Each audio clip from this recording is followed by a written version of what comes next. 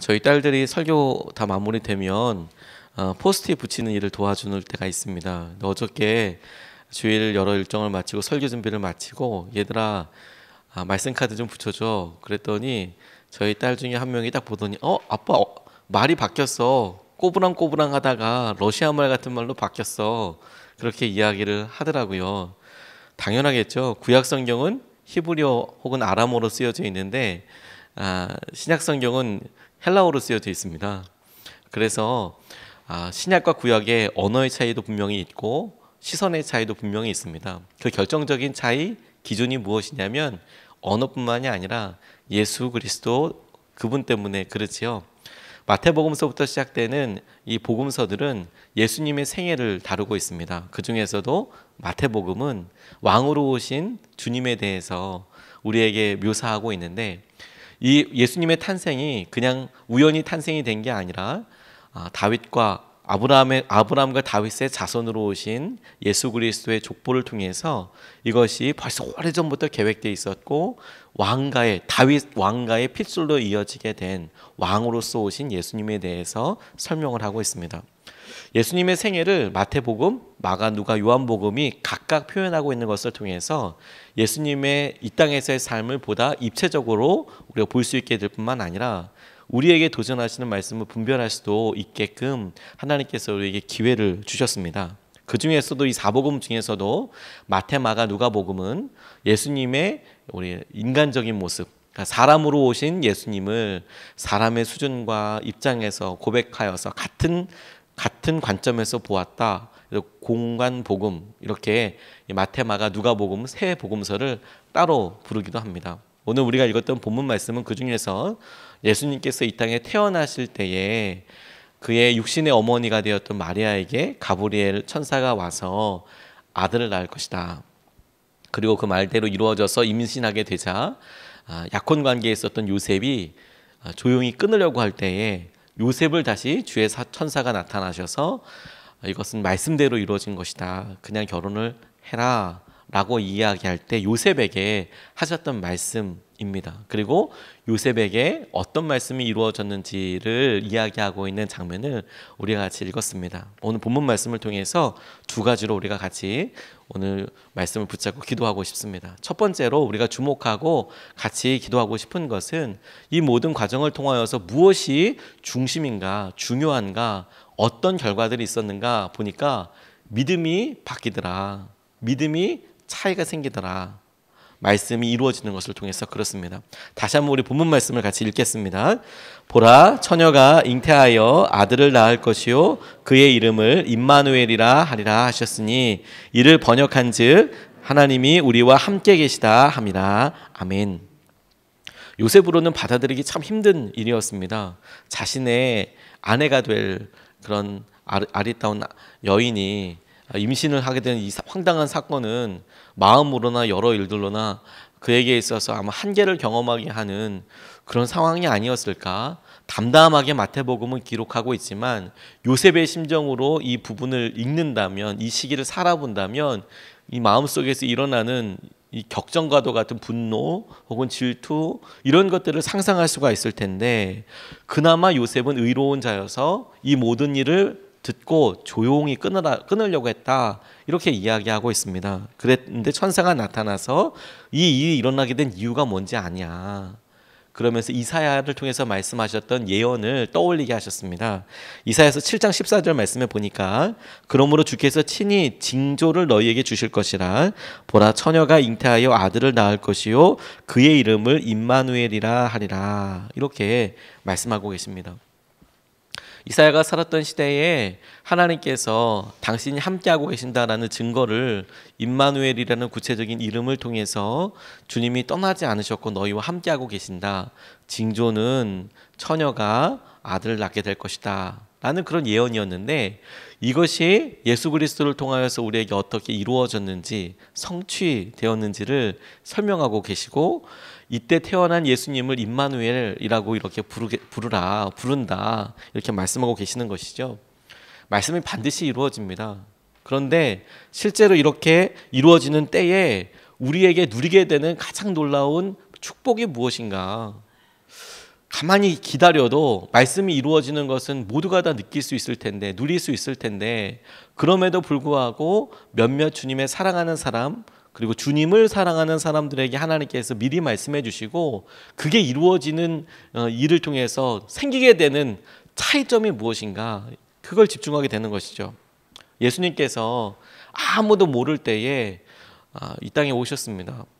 그래서 천사가 아무도 모르는 것 같은 이 세계 동방박사를 통해서 경배하도록 부르기도 하셨고, 그리고 한밤중에 목자들 깨워서 가서 경배하게 하시고, 아무도 모르니까 하나님께서 당신의 천사를 통해서 어떤 일을 하게 하셨는지를, 그런데 그 예수 그리스도가 탄생하신 것은 그 시기에 아무도 몰랐어도 우리 모두에게 이루어진 진리이고 그리고 누릴 수 있게 되는 축복이 되었는데, 그런데 그때 깨어 있었던 사람들 통해서 무엇을 알게 하시느냐?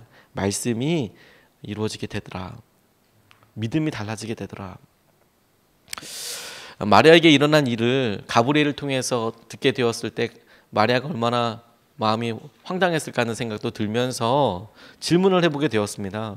여인으로서 자신의 몸이 변하게 되었다라는 것을 스스로 자각하게 되는데 얼마나 걸릴까? 제가 이걸 아이들을 임신하게 된 자매들에게 물어봤습니다.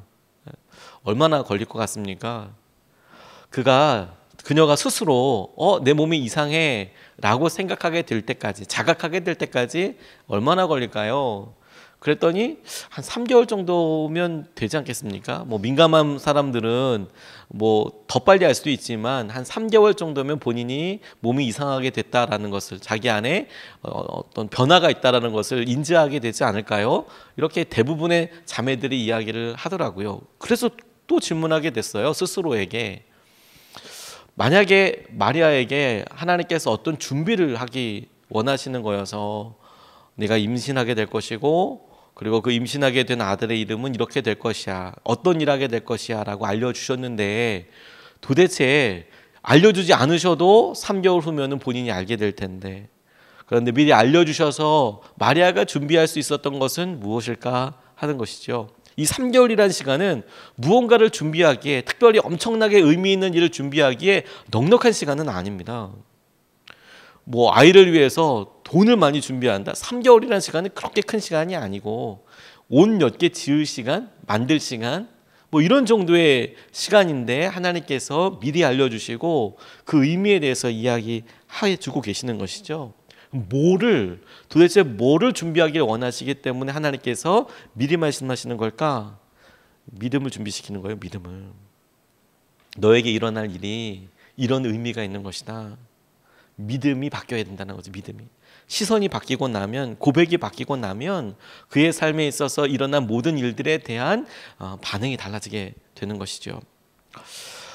존 비비어 목사님이 2002년에 본인 여러 스태프들과 함께 선교회를 만들어서 이렇게 이끌고 있는데, 콜로라도 주에서 역사상 최악의 산불인 헤이먼 화재라는 그런 산불이 일어나게 됐습니다. 어떤 여자분이 이혼의 아픔 때문에 전 남편의 편지를 태우다가 초가상간을 다 태우게 되는, 그래서 13만 에이커 이상을 다 태워버렸대요. 그냥 산 하나를 태운 게 아니라 아예 산맥 같은 걸 다, 그냥 콜로라도 주에 있는 산들을 다 태워버리는 일이 일어나게 됐답니다.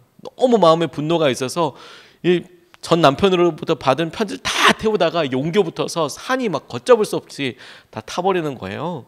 그러다 보니까 이 콜로라도 주에서 다 대피하라고 뉴스가 나오기 시작하고, 그냥 집 한 채가 탔을 경우가 아니라 이 산들이 타가고 있으니까 그 산들 사이마다 있는 마을들이 빨리 대피해야 한다고 이렇게 방송들을 하기 시작했습니다. 꽤 넓은 지역에 이런 방송들을 하게 되는데, 마침 이분들이 콜로라도 주 근처에 사무실 얻어서 간 로키 산맥 시발점으로 해서 시작된 이런 봉우리들 막 타고 있는데, 세상의 건물에서 1km 정도밖에 떨어지지 않은 프론트 레인지라는 등성에 불이 이렇게 산불이 나고 있는 거예요. 그러니까 육안으로 산불이 퍼지고 있는 게 보이는 그런 황당한 사건을 경험하게 된 겁니다. 그런데 이 산불이라는 것이 바람이 어느 쪽으로 부느냐에 따라서 극히 위험할 수도 있고 지나갈 수도 있는 거여서, 이사를 한다는 게 그냥 무조건 피한다고 될 일도 아니지 않습니까? 그래서 이걸 어떻게 해야 되나, 그래서 방송을 계속 들으면서 바람 방향이나 이런 것들 점검하고 있는데, 바람이 바뀌어서 이제 자기네 쪽으로 이제 오고 있는 거예요.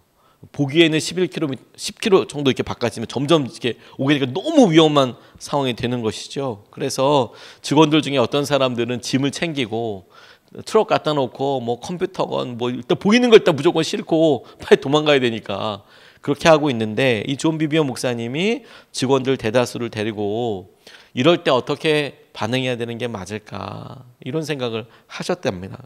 그래서 계속해서 방송에 귀 기울이면서 이분들이 하신 일이 뭐냐면 잠시 모여보자. 그리고 마가복음 11장 22절에서 24절까지 말씀을 붙들었답니다. 예수께서 그들에게 대답하여 이르시되 하나님을 믿으라. 내가 진실로 너희에게 이르노니 누구든지 이 산더러 들리어 바다에 던져지라 하며 그 말하는 것이 이루어질 줄 믿고 마음에 의심하지 아니하면 그대로 되리라. 그러므로 내가 너희에게 말하노니 무엇이든지 기도하고 구하는 것은 받은 줄로 믿으라. 그리하면 너희에게 그대로 되리라. 이 말씀을 붙잡고 기도하자고 말씀하셨답니다. 그리고 그게 선포하면서 바람을 향하여서 선포하고 불을 향하여서 선포하는데, 그런데 놀라운 것은 바람이 바뀌는 것 같더라는 거예요. 그리고 이 일에 하나님이 증인이시고 증인들이, 자기 직원들이 이제 깜짝 놀라게 되는 거죠.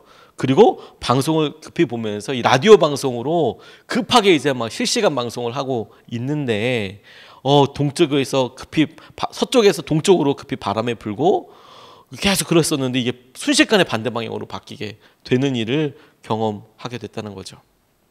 사람들마다 이걸 어떻게 해석할 건가? 아예 그럴 수도 있지 라고 저는 생각할 수도 있다고 생각이 듭니다. 그 자리에 있어보지 않은 사람들이, 그 기도를 해보지 않은 사람들이 이 일에 대해서 그럴 수도 있지, 뭐 바람 방향이 바뀌었을 수도 있지, 그런데 말입니다. 말씀을 붙잡고 실제로 기도하는 사람에게는 이게 그렇지 않다는 거예요. 이 일이 어떻게 일어난지를 알게 되니까. 우리에게 말씀을 먼저 주시고 주님께서 우리에게 말씀하신 대로 이루시는 것을 통해서, 그게 아무리 작은 일이어도, 작아 보이는 일이어도, 아니 그 의미를 우리가 충분히 알지 못하더라도 이것은 하나님께로부터 온 말씀이고 그 하나님이 우리에게 이루어지고 있는 거야. 이것을 통해서 우리에게 믿음이 바뀌는 겁니다. 하나님께서 이루고 계시는 거구나. 그리고 그 믿음으로 살아가는 것입니다. 주님께서 예언하신 대로 이 땅에 오시고 말씀대로 성취되어서 예수 그리스도께서 이 땅에 오셨다. 그날에 아무도 아는 사람이 없었지만 하나님이 말씀하신 대로 성취된 것을 통하여 우리에게는 믿음이 바뀌게 되는 것이죠. 그분이 누구이게 된지를. 그런데 그 하나님께서 오늘 우리에게 말씀하고 계신다는 거예요. 우리의 삶에서 이루실 말씀을 우리가 붙잡고 의지하며 나아갈 수 있으면 좋겠습니다. 두 번째로 같이 말씀으로 붙잡고 기도하고 싶은 것은 이 믿음의 내용입니다. 내용. 같이 우리 본문 말씀을 한 번 더 읽겠습니다. 보라, 처녀가 잉태하여 아들을 낳을 것이요 그의 이름을 임마누엘이라 하리라 하셨으니 이를 번역한즉 하나님이 우리와 함께 계시다 함이라. 아멘. 특별히 요셉에게 말씀하신 내용을 붙잡고 묵상하게 됐습니다. 하나님께서 주의 사자를 통하여 요셉에게 말씀하신 내용을 보니까 그분이 말씀으로 오신다는 것과 함께 그분의 이름이 임마누엘이다. 그 이름의 뜻이 하나님이 우리와 함께 계시다입니다. 언제 들어도 너무 마음에 위로가 되는 말씀이라고 싶습니다. 그리고 예수님이 이 땅에 오신 것을 통하여 하나님이 정말로 우리에게 말씀하고 싶으신 어떤 본심이라는 생각이 들었습니다. 믿음의 내용이라고 싶었습니다. 하나님께서 무슨 말씀을 정말 하고 싶으시냐? 너희와 함께하고 계시다. 너희와 함께하고 계시다. 우리의 삶이 잊혀지고 버려진 것이 아니라 하나님의 은혜 한가운데 있을 뿐만 아니라 하나님도 우리 삶의 한가운데 계시다. 우리의 삶이 하나님의 은혜 한가운데 있을 뿐만 아니라 하나님도 우리의 삶 한가운데 함께하고 계시다는 것을 너는 믿어라 라고 이렇게 붙잡게 됐어요. 이렇게 믿어라. 하나님께서 우리에게 주신 은혜를 너는 볼 수 있느냐. 저 오늘 아침에 일어나면서 너무너무 행복했습니다. 지난주에 휴가를 다녀오면서 2년 만에 처음으로 휴가 간 거거든요. 그래서 부산 처갓집에도 다녀오고, 처갓집이 멀기 때문에 가기 어려웠기 때문에 저희가 명절이라고 또 갈 수 있는 상황이 아니니까 2년 만에 방문을 한 거죠. 그러기도 하고 여러 시간들을 보내면서 다시 이제 새벽기도 특세 시작하고 제 안에 이러면서 마음의 기대와 함께 부담도 있는 거예요. 새벽 예배 시간 늦으면 안 되는데 가만 보니까 이걸 몇 년을 계속 해왔어도 마음속에 여전히 부담이 되는 거예요. 새벽 예배 시간에 늦잠 자면 어떡하지? 이런 고민을 저도 날마다 하더라고요. 그래서 알람을 몇 개씩 맞춰놓고 잤는지 몰라요. 근데 오늘 아침에 일찍 깼습니다. 감사하게도 알람 소리 있기 전에 먼저 깨더라고요. 근데 뭐가 감사했냐면 제 의식이 딱 깨면서 제 안에 첫 번째로 드는 생각을 붙잡았어요. 어떤 생각이 들었냐면 예수님 오셨습니까? 이렇게 제가 처음으로 주님 앞에 기도하게 되더라고요. 예수님 지금 오셨습니까? 이곳에 지금 오셨습니까? 아직 일어나지도 않고 그냥 정신만 깨었을 뿐인데 예수님 오셨습니까? 오늘 하루 시작하는데 주님이 이제 하반기 사역들이 시작되는데 예수님 오셨습니까? 예수님께서 이 자리에 함께하고 계십니까? 지금 일어나서 첫 번째 걸음을 이제 몸이 움직이려고 하는데 예수님 오셨습니까? 그런데 그런 질문을 하는데 마음이 너무너무 행복한 거예요. 주님이 오셨구나. 주님이 이 자리에 함께하고 계시는 거구나. 주님이 이 침대에 제가 있는 이 잠자리에 아직 일어나지도 않은 여기에 예수님이 오셨구나. 그리고 깨워주시는구나. 일어나라 같이 가자.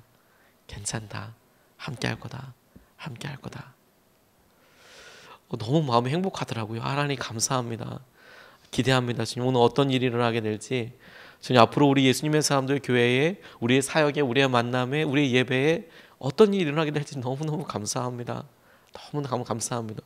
그런 기대가 있어서 마음이 너무 짠한 거예요. 제가 목사 안수를 받기 위해서 단독 목회를 나갈 때 제가 사역하던 곳 근처에 안식관이라는 곳이 있어서 여자 사역자들이 은퇴하고 나신 다음에 머무시는 그런 곳이 있었습니다.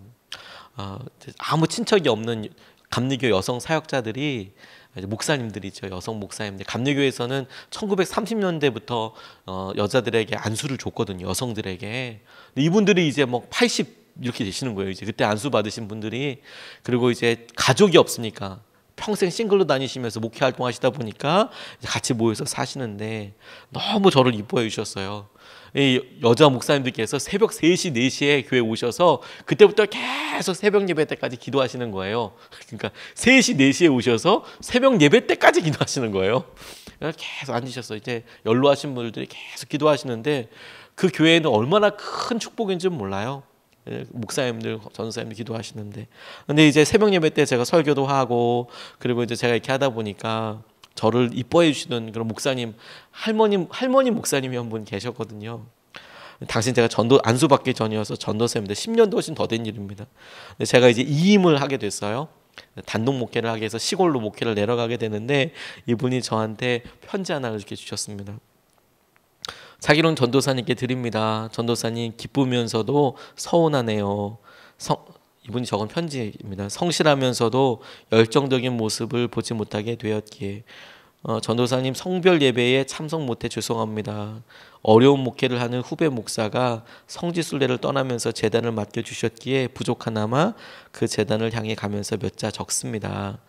전도사님 무릎의 목회에 살아있고 운동력 있는 말씀의 선포, 성령의 역사가 늘 충만한 사역이 되소서. 데살로니가 교회처럼 믿음의 역사, 사랑의 수고, 소망의 인내가 넘치기를 기도드립니다. 내조하시는 사모님, 영적인 어머니의 사명을 잘 감당하시고 귀엽고 사랑스러운 은혜도 하나님과 사람들에게 고임받는 건강한 선물이 되길 원합니다. 전도사님 건강하시고 날마다 승리하소서. 부족하지만 계속 기도할게요. 임마누엘. 이렇게 써주셨어요. 이분 연배로 보면 저랑 50살 50년 정도 차이가 나시나? 정말 할머니 같은 분이죠. 새까만 후배한테 할머니 목사님께서 당시에도 할머니 은퇴하시고 할머니 목사님께서 저 이제 단독 목회 나간다고 이렇게 적어가지고 이제 편지를 이렇게 써서 주고 가셨어요. 새벽 예배 때. 네, 부족하겠지만 계속 기도할게요. 임마누엘. 제가 이 설교를 어저께 오후에 다 전혀 정리해두고 이렇게 들어갔거든요. 그런데 오늘 아침에 처음에 딱 생각을 하면서 오늘 준비한 말씀 생각이 났어요. 예수님께서 함께하고 계시는 거구나. 나는 오늘 주님 앞에 우리의 여러 기도 제목들을 기도하러 왔는데 그게 아니고 예수님께서 이미 먼저 여기 와 계시는 거구나. 먼저 와 계시는 거구나. 그리고 우리를 위해서 중보하시기 시작하셨구나. 이미 주님께서 우리와 함께 하신다. 우리와 함께 하시는 하나님에 대해서 주님이 우리에게 꼭 말씀해 주시는 이유는 뭐냐면 너희들 고아 아니야. 우리 스스로 우리가 해야 될 일을 걱정하고 처리하고 해야 될 고아가 아니고 하나님께서 미리 준비해 주시고 이미 그 자리에 함께하고 계신다. 그런데 이것을 알아볼 수 있는 영적인 감각이 열려야겠습니다. 이것을 믿음으로 바라볼 수 있는 믿음의 간절함이 있어야겠습니다. 주님께서 임마누엘이라고 우리에게 2번, 3번, 4번 계속 말씀하시는 이유가 무엇이냐면 우리의 삶에 떠나지 아니하시는 의미와 약속과 충만함으로 이미 이곳에서 충만하시고 이미 우리의 삶 가운데 일하기 시작하셨다라는 것을 우리에게 보여준다고 싶어요. 여러분, 우리가 오늘 혼자 아닙니다. 우리가 오늘 직장에서나 가정에서나 혼자 아닙니다. 주님께서 임마누엘, 주님으로서 우리와 함께하고 계십니다. 그 말은 우리가 따라가면서 이런 정도의 수준이 아니라 이미 그 자리에서 우리를 기다리고 계시고 우리가 어떤 말을 할지 우리의 삶에 어떤 고백이 있을지 주님은 진심으로 기대하고 계십니다. 우리가 어떤 고백을 통해서 하나님을 기쁘시게 할지에 대해서 주님은 정말 기다리고 계십니다. 그러니까 우리가 너무 기쁜 마음으로 기대함으로 나갈 수 있는 거죠. 오늘 하루 주님 이곳에 오셨습니까? 지금 정말 주님께서 하실 일을 기대합니다.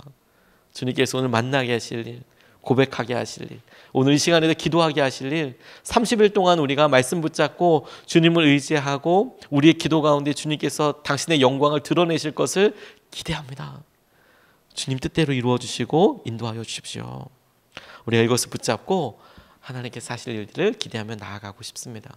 오늘 2가지 말씀을 같이 나눴습니다. 하나는 주님께서 우리에게 미리 말씀하시고 이루시는 것을 통해서 우리에게 믿음이 바뀌는 것이다. 2번째, 그 믿음의 주요 내용은 주님께서 우리와 함께하고 계신다. 임마누엘의 하나님이신 것을 믿게 하는 것이다. 믿는 것이다. 우리가 기도하기 전에 2번 나눠서 기도하기 전에 오늘 본문 말씀을 3번 다시 한번 반복해서 읽겠습니다. 보라, 처녀가 잉태하여 아들을 낳을 것이요 그의 이름을 임마누엘이라 하리라 하셨으니 이를 번역한즉 하나님이 우리와 함께 계시다 함이라. 보라, 처녀가 잉태하여 아들을 낳을 것이요 그의 이름은 임마누엘이라 하리라 하셨으니 이를 번역한즉 하나님이 우리와 함께 계시다 함이라. 보라, 처녀가 잉태하여 아들을 낳을 것이요 그의 이름은 임마누엘이라 하리라 하셨으니 이를 번역한즉 하나님이 우리와 함께 계시다 함이라. 아멘. 하나님께서 우리와 함께하고 계십니다. 우리가 말씀 붙잡고 2번 나눠서 기도하겠습니다. 첫 번째, 이렇게 기도하겠습니다. 말씀에 대한 한없는 믿음을 더하여 달라고 기도하겠습니다. 우리에게 날마다 놀라운 기적이 일어나기 위해서, 기적과도 같은 하루가 일어나기 위해서 우리에게 끊임없는 믿음이 필요합니다. 끊임없는 간구도 필요합니다. 그런데 그 믿음의 내용은 뭐냐면 우리가 원하는 뜻과 우리의 상상이 아니고 말씀에 대한 한없는 믿음입니다. 하나님 말씀하신 것이 우리에게 날마다 그렇게 일어나게 하여 주십시오. 하나님께서 말씀에 쓰여진 말씀이 우리에게 그대로 일어나게 하여 주십시오. 우리의 소원의 어떠함이 이루어지는 수준이 아니라 하나님 말씀하신 그 내용의 어떠함이 우리 가운데 이루어지게 해 주십시오. 말씀에 대한 한없는 믿음을 더하여 달라고 우리가 첫 번째로 같이 먼저 기도하시겠습니다.